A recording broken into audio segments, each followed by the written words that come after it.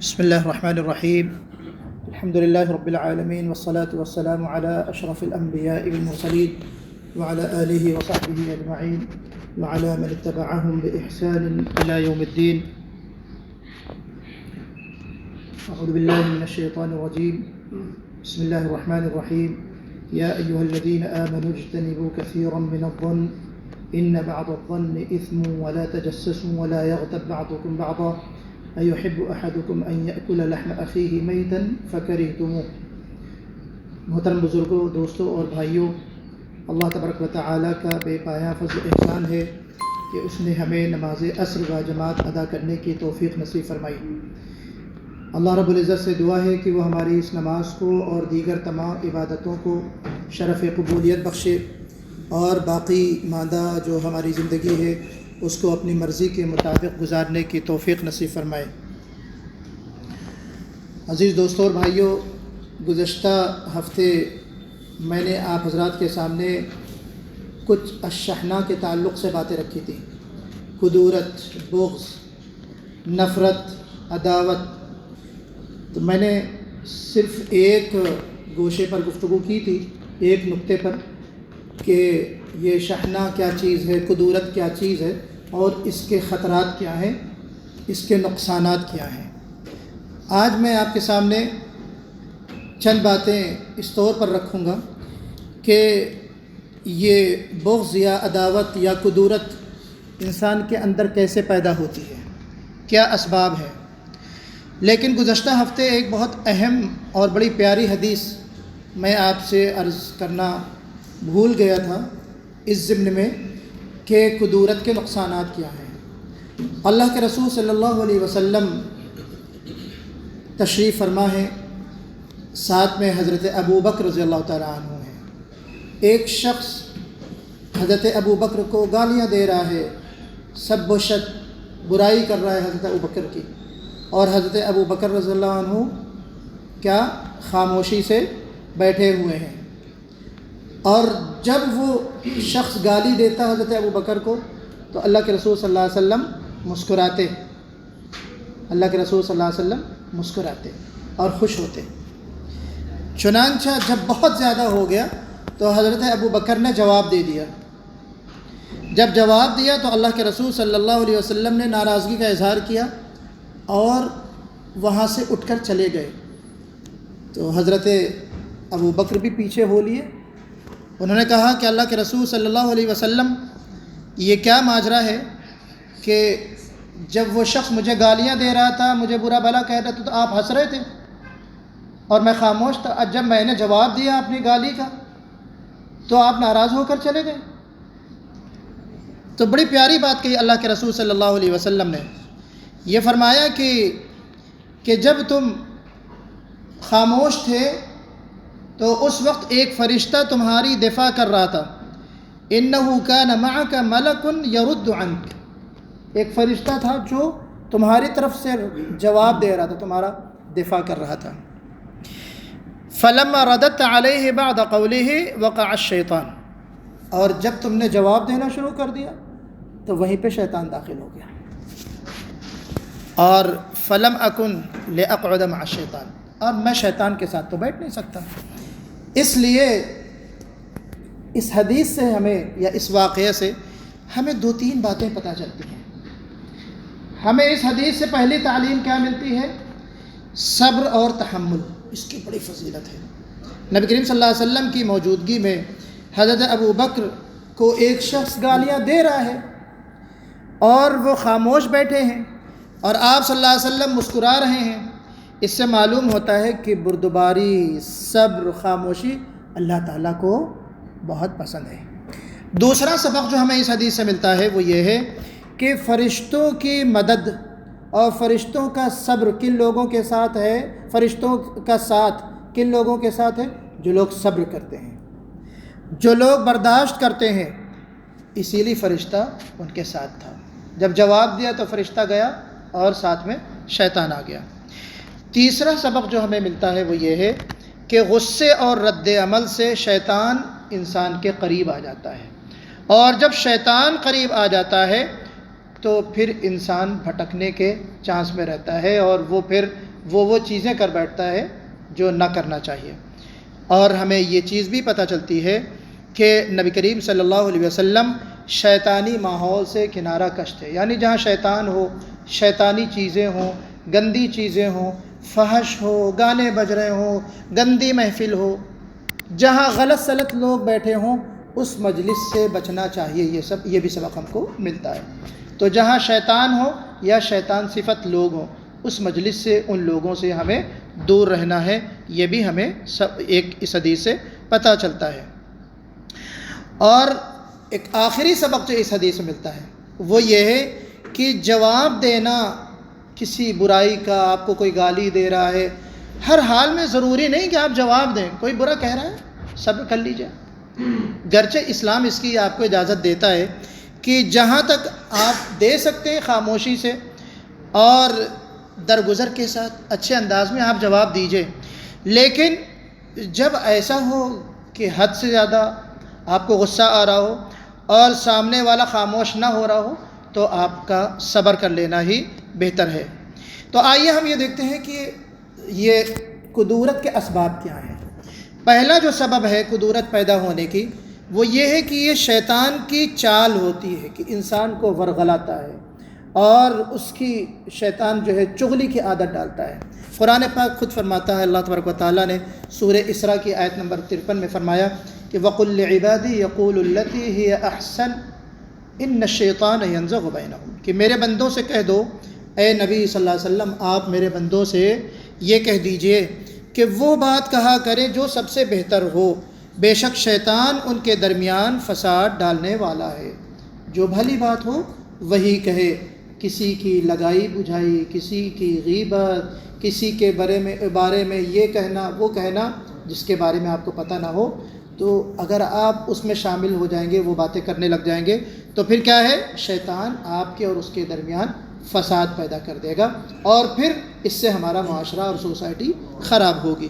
نبی کریم صلی اللہ علیہ وسلم کی ایک اور بڑی پیاری حدیث ہے کہ ان الشیطان قد ایس ان یعبدہ المصلون فی جزیرۃ العرب، اللہ کے رسول نے فرمایا کہ شیطان اس بات سے تو مایوس ہو چکا کہ جزیرہ عرب میں نماز پڑھنے والے اسے پوجیں گے نہیں، یعنی جو نماز پڑھنے والے لوگ ہیں وہ اس کی پرستش شیطان کی نہیں کریں گے۔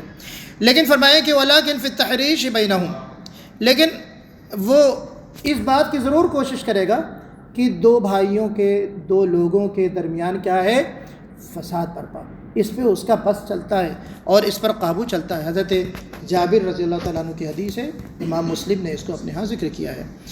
ایک اور حدیث نبی کریم صلی اللہ علیہ وسلم نے، مسلم کی حدیث ہے، فرمایا کہ ابلیس اپنا تخت جو ہے وہ پانی پر بچھایا وہ اس نے، اور اپنے اس کے بہت سارے کارندے ہیں، کام کرنے والوں کو اس نے لگا رکھا ہے، پھر ان میں سے جو سب سے بڑا فتنہ پھیلاتا ہے، سب سے بڑا شریر فتین جو ہوتا ہے، اس کو اپنے سے قریب کرتا ہے ابلیس، اور رپورٹ مانگتا ہے، تم نے کیا کیا؟ وہ کہتا ہے میں نے یہ کیا، کہتا ہے نہیں یہ کام نہیں، تم نے کیا کیا؟ میں نے جو ہے اس کو نماز سے روکا، یہ بھی کوئی بڑا کام نہیں، تم نے کیا کیا؟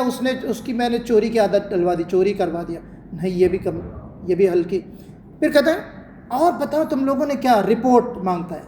تو اس میں سے ایک شخص جو ہوتا ہے وہ کہتا ہے کہ ما ترکتہ، کہ ثم یجیء احدهم فیقول ما ترکتہ حتی فرقت بینہ وبین امرأتہ، سبحان اللہ، کہ میں نے دو میاں بیوی کے درمیان جدائی پیدا کر دی۔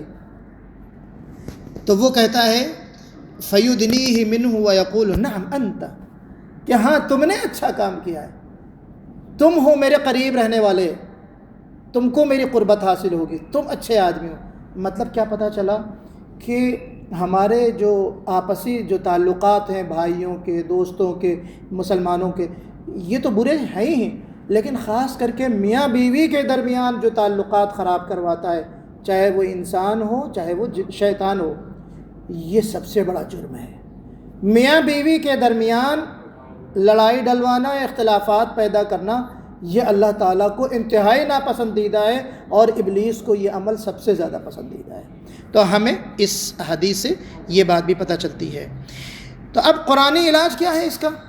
اللہ تبارک و تعالیٰ فرماتے ہیں سورہ فصلت میں آیت نمبر 36، وَإِمَّا يَنزَغَنَّكَ مِنَ الشَّيْطَانِ نَزْغٌ فَاسْتَعِذْ بِاللَّهِ، کہ اللہ تعالیٰ فرماتے ہیں کہ اگر شیطان کی طرف سے تمہیں کوئی وسوسہ آ لگ جائے، تمہارے دل میں فلاں بھائی کے تعلق سے کوئی شکایت، کوئی وسوسہ، یار میرے بارے میں یہ غلط سوچتا ہے، اس نے مجھے دیکھ کر مسکرایا، یہ مجھے دیکھ کر ہنسا، یہ مجھے دیکھ کر مسکرایا، وہ مجھ سے اشارے میں بات کی، تو بلا وجہ ہم اپنے دل میں جو وسوسے پیدا کرتے ہیں یہ شیطان ڈالتا ہے، تو اللہ تعالیٰ کہتے ہیں کہ فاستعذ باللہ، تو پھر اس کا حل یہ ہے کہ تم اللہ کی پناہ مانگو، اللہ سے پناہ چاہو، کیوں؟ انہ هو السمیع العلیم، بے شک وہی سننے والا اور جاننے والا ہے۔ تو ایک تو سبب یہ ہو گیا۔ دوسرا سبب یہ ہے کہ غصہ بھی کدورت اور نفرت کا بہت بڑا سبب ہے۔ اللہ کے رسول صلی اللہ علیہ وسلم کی حدیث ہے، حضرت ابو ہریرہ رضی اللہ عنہ راوی ہے، صحیحین میں اس حدیث کا ذکر ہے، موجود ہے کہ لیس الشدید بالسرعۃ انما الشدید الذی یملک نفسہ عند الغضب۔ بڑی پیاری حدیث ہے۔ اللہ کے رسول صلی اللہ علیہ وسلم نے فرمایا کہ پہلوان وہ نہیں ہے جو کسی کو پچھاڑ دے، کسی کو زمین میں گرا دے، بلکہ اصل پہلوان تو وہ ہے جو غصے کے وقت اپنے غصے پر قابو پا لے۔ علامہ ابن قیم بھی کچھ اسی طرح کی تشریح کرتے ہیں، وہ فرماتے ہیں کہ جو شخص غصے کے وقت اپنے آپ پر قابو رکھتا ہے وہ اصل میں طاقتور ہے، نہ کہ وہ جو صرف لوگوں کو پچھاڑ دے۔ کشتی میں جتا دینا یہ کوئی بڑی بات نہیں ہے، اپنے غصے پر قابو پا لینا یہ بہت بڑی بات ہے، کیونکہ غصے میں انسان کیا نہیں کر لیتا، زبان چلاتا ہے، ہاتھ پیر چلاتا ہے، رشتے خراب ہوتے ہیں، اور سب سے خطرناک چیز جو زبان استعمال ہوتی ہے وہ تلوار کی کاٹ سے زیادہ خطرناک زبان کی کاٹ ہوتی ہے۔ تو ایک تو سبب یہ ہے۔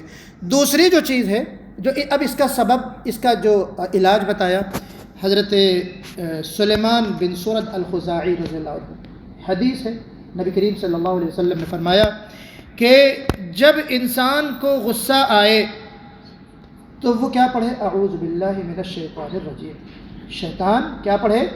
اعوذ باللہ من الشیطان الرجیم پڑھے، تو اس سے اس کا غصہ ختم ہو جاتا ہے۔ تیسرا سبب کیا ہے؟ تیسرا سبب یہ ہے کہ انسان حسد کا شکار ہو جائے۔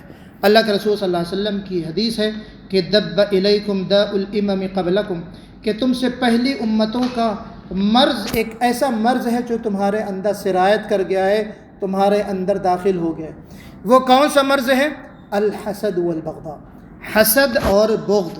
اور پھر فرمایا کہ ہی الحالقہ، یہ مونڈ دینے والی چیز ہے۔ یہ جو حسد ہے، یہ جو بغض ہے، کدورت ہے، یہ کیا ہے؟ مونڈ دینے والی، حالقہ ہے۔ پھر اللہ کے رسول صلی اللہ علیہ وسلم فرمایا کہ سن لو، یہ وہ حالقہ نہیں ہے جو بالوں کا حلق کر دے، مونڈ دے، بالوں کو مونڈنے والا نہیں ہے، بلکہ ولیکن تحلیق الدین، یہ دین کو مونڈ دینے والی چیز ہے۔ حسد ہمارے دین کو خراب کرتی ہے، ہمارے اخلاق کو خراب کرتی ہے، تو چنانچہ ہمیں حسد سے بھی بچنا چاہیے۔ چوتھی جو چیز ہے، چوتھا جو سبب ہے کدورت کا، وہ ہے جھگڑا، بحث اور ہٹ دھرمی۔ نبی کریم صلی اللہ علیہ وسلم نے فرمایا کہ انا زعیم ببیت فی ربض الجنہ لمن ترک المراء وان کان محقا، کہ اگر کسی سے آپ کا جھگڑا ہو گیا ہے تو نبی کریم صلی اللہ علیہ وسلم نے فرمایا کہ میں اس شخص کو جنت کے گھر کی ضمانت دیتا ہوں، جنت کے کنارے ایک گھر کی ضمانت دیتا ہوں، یعنی اس کا گھر ہوگا کس کے لیے؟ جو خاموش ہو جائے، جو اپنے جھگڑے کو چھوڑ دے، گرچہ وَإِن كَانَ مُحِقًّا، گرچہ وہ حق پر ہو۔ ہمارے سوسائٹی میں، معاشرے میں، ہماری زندگی میں جھگڑے ہوتے ہیں، آپ سچ ہوتے ہیں، آپ صحیح ہوتے ہیں، لیکن سامنے والا جھگڑنے کے لیے تیار ہوتا ہے۔ آپ گناہ گار نہیں، آپ نے وہ جرم نہیں کیا، لیکن سامنے والا کہہ رہا نہیں تم گناہ گار ہو، تم نے یہ جرم کیا ہے، تمہارے گناہ ہے۔ تو ہمارے پیارے نبی کیا فرمانے؟ تم خاموش ہو جاؤ۔ اگر خاموش ہو گئے تو جھگڑا ختم ہو گیا، جھگڑا ختم ہو گیا تو جنت کے پاس اللہ تبارک و تعالیٰ تمہارے لیے ایک گھر بنوا دے گا۔ پانچواں جو سبب ہے وہ یہ ہے کہ دنیا کی محبت اور حرص، یہ بھی بہت اہم چیز ہے۔ دنیا کی جو محبت ہوتی ہے، جو حرص ہوتی ہے، یہ انسان کے دل میں کدورت پیدا کرتی ہے۔ اللہ کے رسول صلی اللہ علیہ وسلم فرمایا کہ مجھے تم پر فقر کا خوف نہیں ہے، واللہ ما الفقر اخشى علیکم، تم پر فقر، فاقہ، تنگی، ہاں اس کا مجھے خوف نہیں ہے، بلکہ خوف کس چیز کا ہے؟ وَلَكِنِّي أَخْشَىٰ أَن تَبْسُطَ عَلَيْكُمُ الدُّنْيَا، خوف اس بات کا ہے کہ تمہارے لیے دنیا کیا ہے؟ وسیع ہو جائے، دنیا کے دروازے، نعمتوں کے دروازے کھل جائیں، اور پھر تم سے پہلے امتوں پر جس طرح دروازے نعمتوں کے کھولے گئے، اور پھر فرمایا کہ پھر تم دنیا کے پیچھے لگ جاؤ جیسے پچھلی امت والے لگ گئے، اور پھر فرمایا کہ یہ تمہیں بھی ہلاک کر دے جیسے انہیں ہلاک کر دیا۔ تو یہ جو چیز ہے، حرص ہے، ہوس ہے، مال کی محبت ہے، یہ بھی چیز ہے۔ اور پھر ایک اور چیز ہے، چھٹی چیز، وہ یہ ہے کہ چغلی اور نمیمہ، ایک دوسرے کی غیبت کرنا۔ میں نے آیت جو آپ کے سامنے پڑھی اس روشنی میں غیبت، اور پھر اسی ضمن میں ایک چیز آتی ہے ظن، گمان کرنا بلا وجہ کسی کے لیے، یار وہ فلاں شخص میرے لیے کیا سوچتا ہوگا، وہ میرے بارے میں کیا سوچتا ہوگا، وہ کیسا ہوگا، کسی کے بارے میں بلا وجہ ظن کرنا، گمان کرنا، یہ بھی چیز جو ہے انسان کے دل میں کدورت پیدا کرتی ہے۔ تو آج میں نے جو باتیں آپ کے سامنے رکھیں وہ یہ رکھیں کہ انسان کے دل میں کدورت، بغض، نفرت، عداوت کیوں پیدا ہوتی ہے، کیا اسباب ہے۔ اللہ نے زندگی دی اور فرصت ملی تو انشاءاللہ میں اگلی مجلس میں آپ کو یہ بتاؤں گا کہ ان اسباب کو ختم کیسے ہم کریں، علاج کیا ہے بغض کا، کدورت کا۔ اللہ تعالی ہمیں آپ کو اس شدید جو قلبی ایک بیماری ہے اور دلی جو تکلیف ہے بغض، اللہ تعالی ہمارے دلوں کو اس سے صاف کرے، اور ہمارے دلوں کی تمام بیماریوں کو، دلی بیماریاں بھی اور روحانی بھی اور جسمانی بیماریوں سے بھی اللہ تعالی ہم تمام کو محفوظ رکھے۔ اقول قولی ھذا فاستغفر اللہ لی ولکم اجمعین واستغفروہ انہ هو الغفور الرحیم، وآخر دعوانا الحمد للہ رب العالمین۔